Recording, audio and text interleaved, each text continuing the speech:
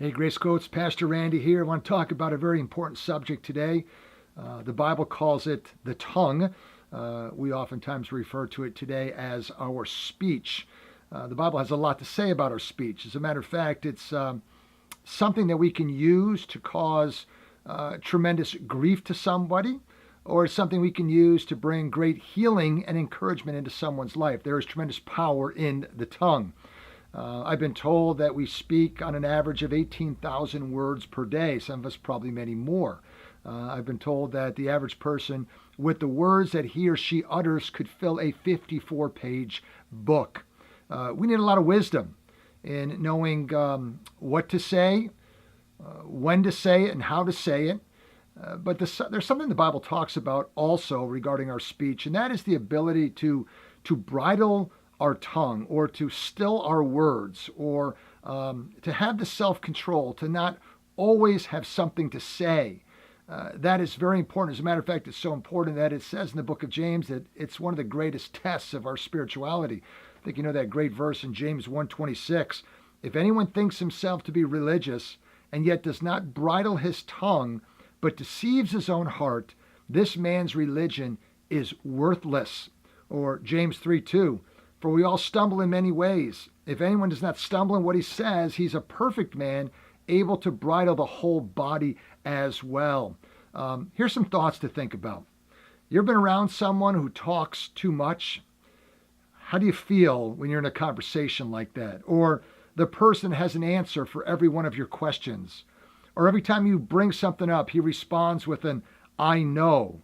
Or the person that is constantly telling you how great he or she is, or how much that person knows, or the individual that has to dominate every conversation, or you doing a group Bible study and it's the person that always has to have the answer for every question that is asked, or the person that once you share a story always has to trump your story with a better story, or you share a joke and he or she has to be the person that enters the final punchline.